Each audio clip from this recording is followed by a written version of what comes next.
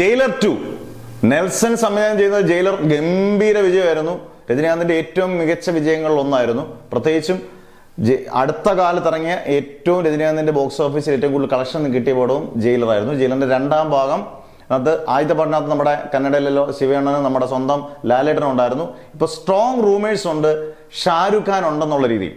ഷാരൂഖ് ഖാൻ ഉണ്ടെന്നുള്ള രീതിയിൽ ഒരു റൂമേഴ്സ് വന്നാൽ പോലും അതിനകത്ത് അതിശയപ്പെടാനില്ല. കാരണം ഷാരൂഖ് ഖാൻ ഒരു ഇന്റർവ്യൂ പറഞ്ഞിട്ടുണ്ട്, ഏറ്റവും കൂടുതൽ ഷാരൂഖ് ഖാൻ ആരാധിക്കുന്ന ഒരു നടനാണ് രജനീകാന്ത്. രജനീകാന്തിന്റെ ഒരു കോളിൽ ഉറപ്പായിട്ടും ഷാരൂഖ് ഖാൻ അഭിനയിക്കാനുള്ള ചാൻസ് വളരെയധികം കൂടുതലാണ്.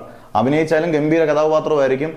ശിവണ്ണനും മോഹൻലാലും നമ്മുടെ ലാലേട്ടനും നമ്മുടെ ഷാരൂഖ് ഖാനോട് വരുമ്പോഴത്തേന് സ്ക്രീൻ നിറയും കയ്യടിയുടെ പൂരപ്പുറം പോകാനുള്ള ചാൻസ് കൂടുതലാണ്. പാൻ ഇന്ത്യയിൽ അസാധാരണ രീതിയിൽ റേഞ്ച് വരാനുമുണ്ട്. കാരണം ഇതിനകത്ത് സുരാജും ഒക്കെ ഉണ്ട്. കഴിഞ്ഞ വർഷം വിനായകൻ ജയിലറിനകത്ത് ആദ്യം വിനായകൻ തകർത്താടിയതാണ്.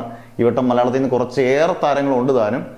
ലാലേട്ടൻ നയിക്കുന്ന ജാഥയാണത്. പിന്നെ ഷാരൂഖ് ഖാനോട് ആകുമ്പോഴത്തേന് വളരെയധികം സാധ്യതയാണ് ബമ്പർ ഹിറ്റ്. കാരണം ഇത് കഴിഞ്ഞിട്ടുള്ള നെൽസന്റെ അടുത്ത പടത്തിൽ രജനീകാന്തും കമൽഹാസനും ഒന്നിക്കുന്ന സിനിമയാണ്. ഇത് എത്രമാത്രം നന്നാക്കും അത്രമാത്രം നോക്കും. അനിരുദ്ധിന്റെ മ്യൂസിക്കാണ്, കിണ്ണങ്കാച്ചി മ്യൂസിക് ആയിരിക്കാം. എല്ലാം നന്നായിട്ട് വരട്ടെ. ഓണത്തിന് പടം റിലീസുമാണ്.